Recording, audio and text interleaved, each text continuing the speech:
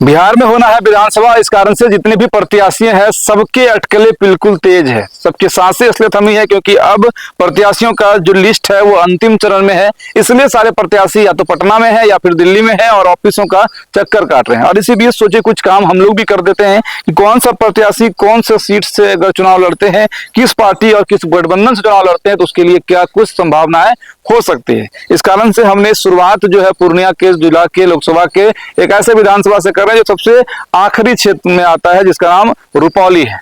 और उस रुपौली में अगर रुपौली की बात होती है तो दो ही नाम गूंजता है, एक शंकर सिंह, दूसरा बीमा भारती। अब उसके बाद वहां से हम लोग आगे बढ़ते हैं और दोनों के राजनीतिक ग्राफ को लेकर, दोनों के राजनीतिक आप कैरियर को कह सकते हैं, उसको मापने के लिए हम आपको कुछ आंकड़े के साथ आज बात करने वाले हैं। क्योंकि 2024 में जब विधानसभा का उपचुनाव हुआ तो उसके बाद 68,070 वोट लाकर टोटल 8246 वोट से लीड करते हुए अपने निकटतम प्रतिद्वंदी जो जेडीयू से कलाधर मंडल थे, जिनको 59,824 वोट आया, वो शंकर सिंह जो निर्दलीय थे उन्होंने चुनाव जीत दर्ज की। आज का शीर्षक यही है कि इस बार का चुनाव यानी 2025 का विधानसभा चुनाव शंकर सिंह के लिए इतना आसान नहीं हो सकता है क्या, कैसे, या फिर आसान भी हो सकता है, वो कैसे। इसको जानने के लिए पूरे वीडियो को समझिएगा। उसके बाद अपने मन मुताबिक आप गालियों से भी कमेंट में स्वागत कर सकते हैं या फिर एग्जैक्ट विश्लेषण आपको अगर लगा हो तो उसके लिए भी आप कमेंट में कमेंट कर सकते हैं। लेकिन वीडियो को अंत तक देखिएगा जरूर। और ये रिपोर्ट्स जो है इलेक्शन कमीशन के जो साइट्स पर है उसके आधार पर आज हम आपको ये खबर बता रहे हैं। और इस खबर में सबसे पहले जो हमने बताया 2024 के वो चुनाव परिणाम थे, जिस चुनाव परिणाम में तीसरे नंबर पर वो विधायिका जो पूर्व में मंत्री भी रह चुकी है वो आई, जिसका नाम बीमा भारती था, जिसे वोट आया 30,619, यानी कि ये तीसरी पोजीशन पर थे। अब हम लोग इसके पीछे का अब उस गणित को समझते हैं, क्योंकि बीमा भारती उस रास्ते से भी गुजरी है जिस रास्ते में उन्हें हार का सामना भी करना पड़ा, जीत भी हुई, निर्दलीय भी जीती, मंत्री भी बनी और अभी फिलहाल राजद में। इस बार राजद से चुनाव भी लड़ना उनका तय है लगभग। अब इस बार के चुनाव में क्या कुछ हो सकता है उसी पर पूरी ये रिपोर्ट जो है वो आधारित है। सबसे पहले हम लोग ये बात कर लेते हैं कि शंकर सिंह को लेकर, क्योंकि शंकर सिंह के लिए भी अटकलें इस वक्त तेज है कि शंकर सिंह निर्दलीय चुनाव लड़ेंगे या फिर पार्टी से चुनाव लड़ेंगे। पार्टी फेवरेबल उनका फिक्स है कि या तो एलजेपी का अगर गठबंधन आता है यानी कि एनडीए के साथ तो वहां से लड़ेंगे। ऐसे 2020 में सब एलजेपी एनडीए से ही बगावत कर अकेले चुनाव लड़ी थी, तो उस समय एलजेपी के उम्मीदवार शंकर सिंह ही थे।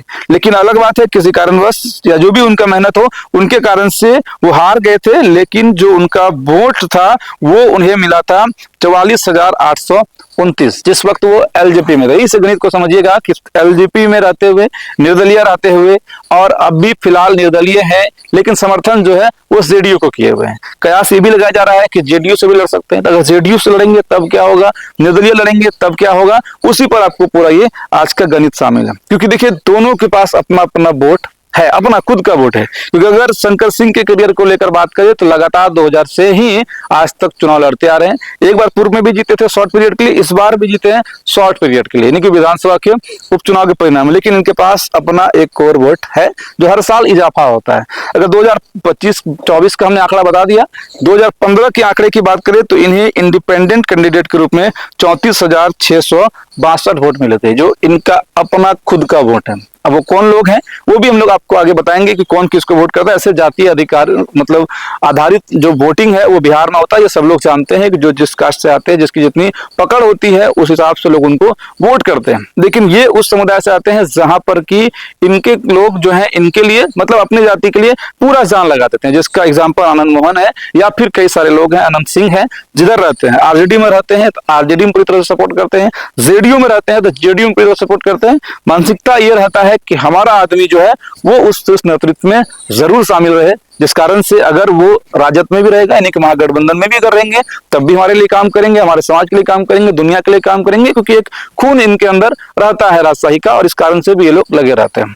अब दूसरी बात ये भी है कि अब अगर हम लोग ये आपको आंकड़ा बताएं कि 2020 का जब समय आया, जब 2020 में शंकर सिंह एलजेपी से लड़े तो 34,000 उनका वोट 2015 में जो इंडिपेंडेंट था उसमें 10,000 का इजाफा हुआ, चाहे वो रामविलास पासवान के लड़के चिराग पासवान के नाम पर हो या फिर इनकी मेहनत के नाम पर हो, लेकिन वोट जो है 10,000 बढ़कर 44,829 हो गया। लेकिन तभी भी जीत नहीं पाए, क्योंकि तभी जेडीयू से यानी कि एनडीए के उम्मीदवार 64,172 से बीमा भारती लीड कर गए। उसके बाद सीपीआई माले से यानी कि इंडिया गठबंधन से, क्योंकि तभी तीन गठबंधन, तीन फ्रंट हो गए थे, एक इंडिया यानी कि महागठबंधन, दूसरा एनडीए और तीसरा चिराग पासवान की अपनी एक अलग पार्टी थी। यानी कि थर्ड पोजीशन में एक अच्छे रैंक शंकर सिंह ने जरूर 2020 में होल्ड किया था। लेकिन जो महागठबंधन के विकास चंद्र मंडल थे सीपीआई माले से, उन्हें 41,646 वोट आया था। ये हम लोग आंकड़ा क्यों बता रहे हैं आपको? आंकड़ा इसलिए बता रहे हैं क्योंकि आरजेडी में जब से बीमा भारती गई तो उसके बाद उनके राजनीतिक करियर को ये माना गया कि बहुत नीचे आ गई, क्योंकि लोकसभा आ रही, विधानसभा उपचुनाव आ रही। लेकिन अब अगर इस बार वापसी करेगी या नहीं करेगी, क्योंकि दोनों के लिए बहुत बड़ा आप ये कहिए कि करियर दांव पर लगा हुआ है। दोनों के राजनीति का करियर ही समझिए तो दांव पर लगा हुआ है कि कौन जीतते हैं या फिर कौन हारते हैं। तो समझना आपको अंक गणित ही से है कि इस बार यानी कि 2025 में अगर शंकर सिंह चुनाव लड़ते हैं जेडीयू से, तो जेडीयू का मतलब है कि भाजपा के वोटर्स जो कि उनके ऑलरेडी वोटर हैं, जिस बैकग्राउंड से वो, जिस समाज से आते हैं, वो उनको वोट करता ही करता है। यानी कि वो 34,000 का वोट इनका अपना है और वो उधर का भी है, वो उनके साथ रहेगा ही रहेगा। तो इसका मतलब आप समझ रहे हैं? इसका मतलब ये है कि बीमा भारती जब एनडीए में थी भी, तब भी जो उनके कोर वोटर होते हैं जेडीयू भाजपा को मिला के, वो उनको वोट शायद नहीं भी करते होंगे। अब आगे देखिए उनके पास कोई वोट है, क्योंकि रुपौली की जनता है या रुपौली का जो पॉलिटिक्स है, पहले सबसे पहले कास्ट पे ही डिपेंड करता है। किसी कोई भी व्यक्ति जाकर वहां पर पता कर सकते हैं, लोगों से मिल सकते हैं, और उस हिसाब के बाद फिर दूसरी बात आती है। तो वहां पर जिस जाति की संख्या है अप्रोक्स गंगोत्री मंडल की, तो सबसे ज्यादा है जिस समाज से बीमा भारती जी आती हैं। अब उस समाज से आने के बाद वह आरजेडी से भी चुनाव पहले जीती हुई है, जेडीयू से भी चुनाव जीती हुई है, फिलहाल अभी आरजेडी में है, और इस बार उनका चुनावी करियर जो है वो दांव पर है। अब आगे अगर हम लोग बात करें कि अगर शंकर सिंह जेडीयू से चुनाव लड़ते हैं, तो लगभग तय माना जाएगा कि सीधा सीधी लड़ाई यहाँ पर, यानी कि जो महागठबंधन से आरजेडी से उम्मीदवार, ये बिल्कुल तय है, बीमा भारती होगी, और एनडीए के उम्मीदवार अगर, यानी कि अगर जेडीयू के उम्मीदवार शंकर सिंह होते हैं, तो सीधा टक्कर होगा, और यहाँ से जीतने के चांसेस भी वो आपको तय करना है। लेकिन शंकर सिंह के भी रहेंगे और बीमा भारती के भी रह सकती है, तो दोनों प्रबल दावेदारी होंगे जीत के लिए। अब फंसता पेच यहां से कि अगर इस बार एनडीए का उम्मीदवार दूसरा कोई होता है और फिर निर्दलीय शंकर सिंह चुनाव मैदान में जाते हैं, तो निर्दलीय जाने के बाद जिस निर्दलीय वोटर ने उन्हें उपचुनाव में वोटिंग किया था, क्योंकि इस वक्त यादव और मुसलमानों को सिर्फ एक चेहरा दिखता है, वह तेजस्वी, कि किसी भी हाल में तेजस्वी मुख्यमंत्री बने, ये उनकी महत्वाकांक्षा है, ये उनकी मंशा है। अलग बात है कि लोकसभा में पप्पू यादव को अपनी कुर्सी बचानी थी, अपना सीट बचाना था, अपना इज्जत बचाना था। तो इस कारण से उनके लिए उनकी जो जनता है, क्योंकि पप्पू यादव मुसलमानों की बात करते हैं, हमेशा अपनी जाति की भी बात करते हैं, दूसरे धर्म की बात कर, सबकी बात करते हैं, लेकिन खास तौर पर अगर किसी की पॉलिटिक्स करते हैं तो मुसलमानों की करते हैं, मुसलमानों के लिए अड़ जाते हैं, लड़ जाते हैं। इसलिए मुसलमान भी अपने उस बदनाम पार्टियों के लिए, जिसके लिए मुसलमान जाने जाते हैं कि मुसलमान हाथ छाप को, महागठबंधन को ही वोट करता है, उनको छोड़कर भी वो उस व्यक्ति को वोट किए जो उनके लिए हमेशा जलसा से लेकर कब्रिस्तान तक खड़ा रहता है। लेकिन मुसलमान पप्पू यादव के नाम पर दूसरे को वोट करेंगे, इसकी कोई गारंटी नहीं है, क्योंकि वह पप्पू यादव को इसलिए वोट किए क्योंकि वो उसके लिए खड़ा रहते थे। अब बात को समझिए, या फिर दूसरा कोई और लोग होगा। तो मुसलमान और यादव दोनों की पूरी महत्वाकांक्षा है कि किसी भी हाल में हमारा मुख्यमंत्री तेजस्वी हो। अब आप समझ सकते हैं, तेजस्वी के लिए वह नीचे कैंडिडेट को नहीं देखेंगे, वह सीधा कैंडिडेट को देखेंगे कि तेजस्वी का, आरजेडी का या उसका संयुक्त जो भी महागठबंधन के उम्मीदवार है, वो कौन लोग हैं और हमको उनको वोट करना है। उसके अलावा उनके दिमाग, फिर हाँ अलग बात है जिसके व्यक्तिगत संबंध होंगे, चाहे जो भी निर्दलीय उम्मीदवार हो, जिस तरह की अभी हम लोग बात शंकर सिंह के लिए कर रहे हैं, उनके लिए, उनके फेवर में भी वो जो है उस कास्ट के, उस कौम के लोग, वो उनको वोट करेंगे। लेकिन उसका परसेंटेज कितना होगा वो आप कमेंट बताइएगा। हम लोग का आंकड़ा करता है उसका परसेंटेज बहुत कम हो सकता है। अब दूसरी ओर ये बात है कि जो वोटर, मतलब जो एनडीए के वोटर हैं, जिसमें कि जेडीयू और भाजपा गठबंधन है, बाकी और भी एलजेपी वगैरह है, लेकिन उसका कोई जनाधार, डायरेक्ट पार्टियों का जनाधार कोई खास रुपौली में है नहीं, और उसमें से भी जो भाजपा के कोर वोटर हैं वो शंकर सिंह के साथ एनी हाउ उस रुपौली में रहेंगे, क्योंकि हमने आपको पहले ही बता दिया रुपौली मतलब अवधेश मंडल और शंकर सिंह। इसी तरह की राजनीति लगातार 25 सालों से वहां पर चली आ रही है। अब ऐसे में सवाल यही उठता है कि जो आंकड़े हम आपको दिखा रहे हैं, जो आंकड़े हम आपको बता रहे हैं, जिस आंकड़े में भाजपा के पार्टियों के या फिर जो लोग उनको वोट करते हैं फॉरवर्ड कम्युनिटी के, उसकी संख्या नहीं है जो कि वोट बीमा भारती को पड़ता था, क्योंकि 2020 में जब मैंने आपको आंकड़ा बताया 64,172 का, जब वो जेडीयू में थी और उसी समय में शंकर सिंह चुनाव लड़ रहे थे 44,829, तो इसमें से आप ये समझ सकते हैं कि ये कौन से वोट थे जो उनको किए होंगे। फिर अगर आप आंकड़ा 2015 का लेंगे, जिस वक्त में 50,597 वोट बीमा भारती को मिला, जबकि वो जेडीयू में थी और उस समय भाजपा अलग चुनाव लड़ रही थी, जिसके प्रेम प्रकाश मंडल 41,034 वोट जो है वो लाए थे। अब आपको इस पूरे अंकगणित को जब समझेंगे तब आपको समझ में आएगा कि इस अंकगणित में जो भाजपा के कांस्टेंट वोटर हैं वो एक आदमी के साथ रहते हैं जिसका नाम शंकर सिंह है, और उसके अलावा भाजपा के और भी कुछ वोटर हैं जो भाजपा के नाम पर करते हैं, वो भी उसको वोट करते आ रहे हैं लगातार, जिसका परसेंटेज 30 से 40 हजार के आसपास रहता है। 30-35-40, 30-35-40, यही राउंड फिगर में उसके वोटर हैं, या जो भी उनके साथ रहता है, दलित महादलित जो भी उनके वोटर्स हो, वो उनको वोट करते हैं। अब ऐसी परिस्थिति में अगर इस बार, क्योंकि इस पहले भी जैसे जब हम लोग लगातार घूम रहे हैं, रुपौली में घूम रहे हैं, ये भी कहा जा रहा है कि जब 2024 में लोकसभा आया तो एकाएक बीमा भारती, मतलब 15 दिन 20 दिन का समय मिला होगा, सीधा जेडीयू से राजद में आ गई।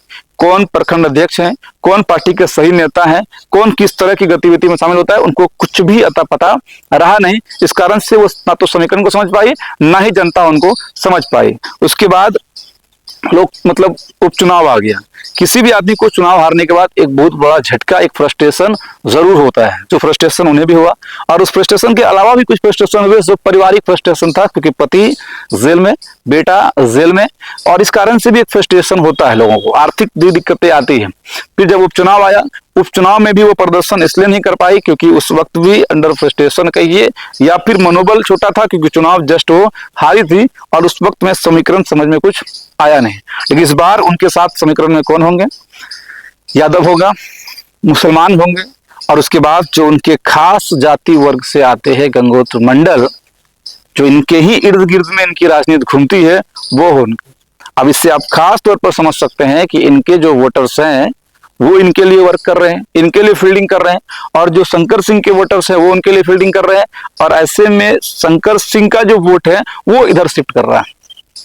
अब अगर जेडीयू से आ गए तो इनका पल्ला भारी है, शंकर सिंह का, और अगर निर्दलीय आते हैं, फिर क्या समीकरण है जो हमने आपको बताया, उस आंकड़े से ये लग रहा है कि राह मुश्किल हो सकती है, मेहनत करना इनको पड़ेगा, और मेहनत ये दोनों मिलकर करते भी, मेहनती दोनों हैं। अगर इस चीज को देखा जाए तो दोनों हैं, और दोनों के साथ बड़ा बढ़िया सिस्टम भी है। उस पर एक अलग से वीडियो हम लोग बनाएंगे कि दोनों के साथ एक ऐसी महिला है जो किंग मेकर की भूमिका में रहती है, दोनों के साथ एक ऐसी महिला है जो चाहती है कि मेरा पति विधायक बन जाए, उनके साथ एक लड़की है जो चाहती है मेरी माँ विधायक बन जाए, और दोनों का दोनों जिला परिषद है, दोनों किंग मेकर की भूमिका में रहती है, दोनों अपने अपने लोगों के लिए प्लानिंग करती है।